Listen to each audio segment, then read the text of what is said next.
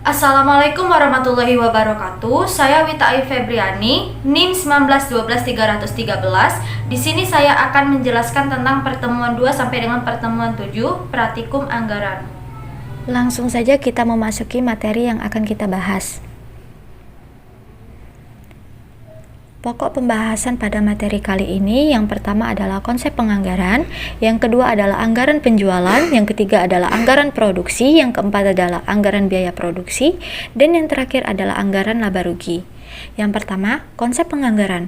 Penganggaran atau penyusunan anggaran yang sering kita sebut sebagai budgeting adalah proses penyusunan rencana keuangan organisasi yang dilakukan dengan cara menyusun rencana kerja dalam rangka waktu tertentu, umumnya 1 tahun, dan dinyatakan dalam satuan moneter. Penganggaran merupakan bagian dari proses perencanaan organisasi yang secara umum meliputi perencanaan strategi atau strategic planning, penyusunan program atau programming, penyusunan anggaran atau budgeting. Perencanaan strategi atau strategic planning di sini adalah perencanaan jangka panjang. Penyusunan program atau programming di sini adalah perencanaan jangka menengah, dan yang terakhir adalah menyusun anggaran budgeting, yaitu adalah perencanaan jangka pendek.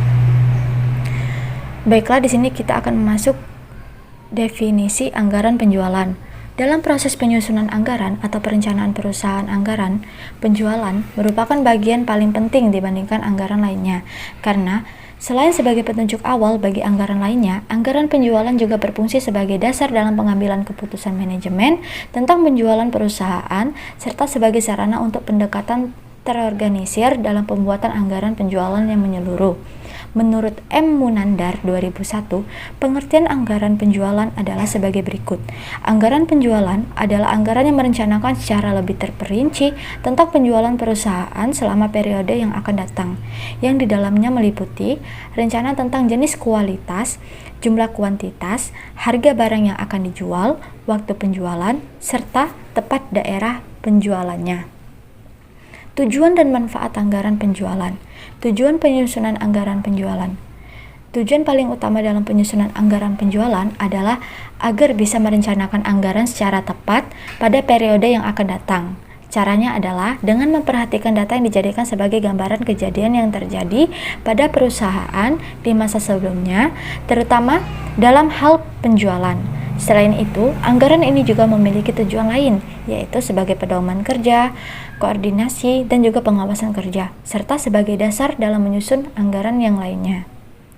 Manfaat anggaran penjualan sendiri yaitu yang pertama, untuk mengurangi ketidakpastian tentang pendapatan di masa yang akan datang. Yang kedua, untuk memasukkan kebijakan dan keputusan manajemen ke dalam proses perencanaan, contohnya dalam rencana pemasaran.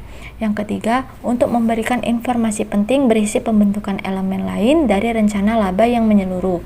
Yang terakhir, untuk memudahkan pengendalian manajemen atas kegiatan penjualan yang dilakukan. Berikutnya, faktor yang mempengaruhi anggaran penjualan. Di sini, faktor yang mempengaruhi anggaran penjualan ada 2, yaitu faktor internal dan faktor eksternal. Di sini, faktor internalnya, yang pertama, faktor internal mencakup penjualan pada tahun sebelumnya. Yang kedua, kebijakan perusahaan terkait masalah penjualan. Yang ketiga, kapasitas produksi dan potensi perluasannya. Yang keempat adalah tenaga kerja karyawan. Yang kelima adalah modal kerja. Yang keenam adalah serta fasilitas lain yang mampu menunjang operasional perusahaan.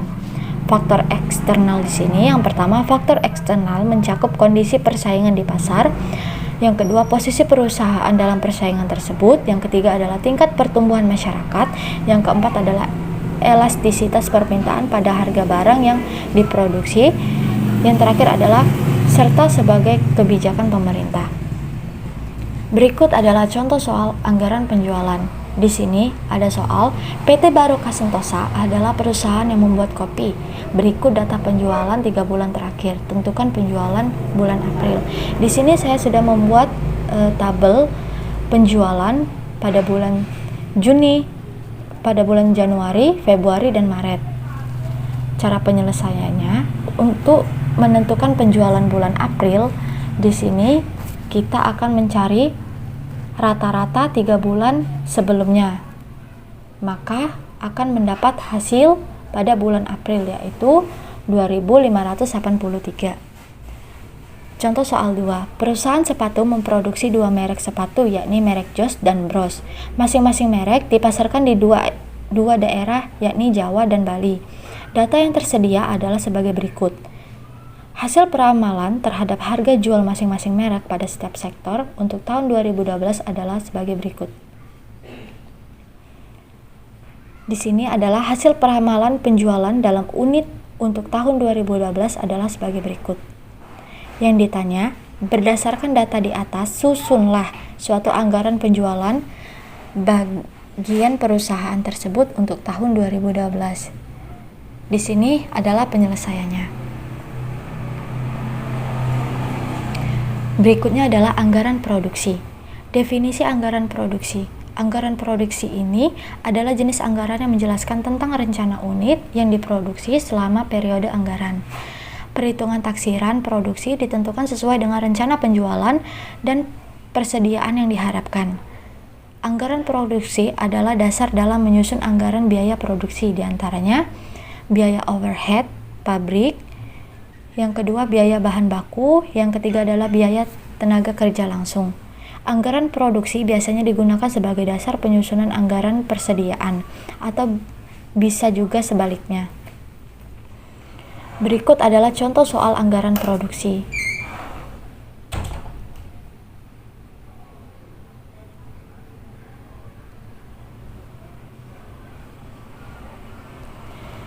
Yang berikutnya adalah anggaran biaya produksi. Definisi anggaran biaya produksi. Anggaran biaya produksi adalah rencana biaya yang akan dikeluarkan dalam proses produksi suatu perusahaan pada periode yang akan datang, yang di dalamnya meliputi anggaran biaya bahan baku, anggaran biaya tenaga kerja langsung, dan anggaran biaya overhead pabrik. Di dalam anggaran biaya produksi terdapat anggaran biaya pemasaran dan juga anggaran biaya administrasi dan umum, di mana masing-masing menjelaskan tentang taksiran biaya pemasaran, biaya administrasi, dan biaya umum. Anggaran ini digunakan sebagai dasar dalam menyusun anggaran kas dan rugi laba. Berikut adalah contoh soal anggaran biaya produksi. Di sini ada contoh soal PT XYZ, perusahaan dalam pengadaan alat rumah tangga. Di awal Juli, PT XYZ memiliki laporan bisnis sebagai berikut. Di sini penyelesaiannya.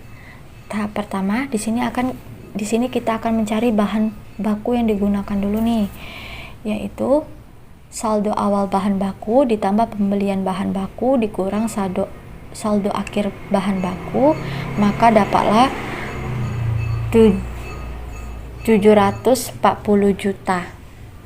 Tahap kedua adalah mencari total produksi cost. Yang ketiga adalah mencari harga pokok produksi, dan yang keempat adalah mencari harga pokok produksi.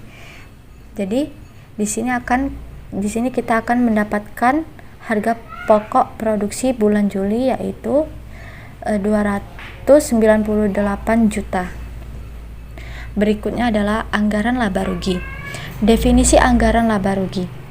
Anggaran laba rugi atau income statement atau profit and loss statement adalah salah satu bagian laporan keuangan perusahaan dalam periode akuntansi tertentu yang berisikan pendapat serta beban perusahaan, lalu menghasilkan laba atau rugi bersih.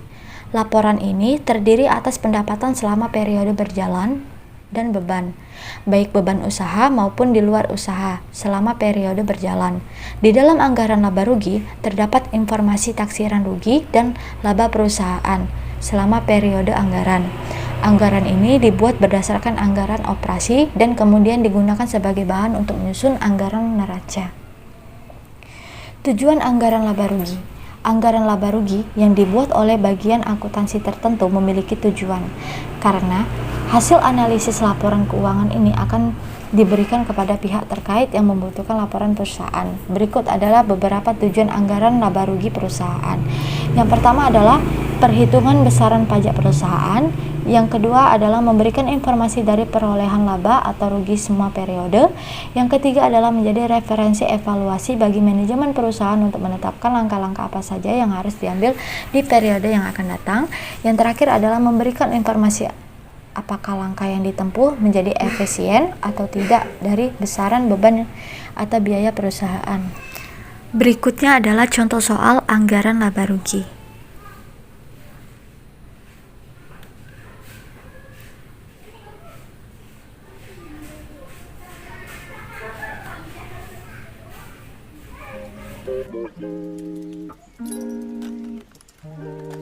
Mungkin hanya materi itu saja yang dapat saya sampaikan. Apabila ada kekurangan, saya mohon maaf. Saya akhiri dengan wabillahi taufiq wal hidayah. Wassalamualaikum warahmatullahi wabarakatuh.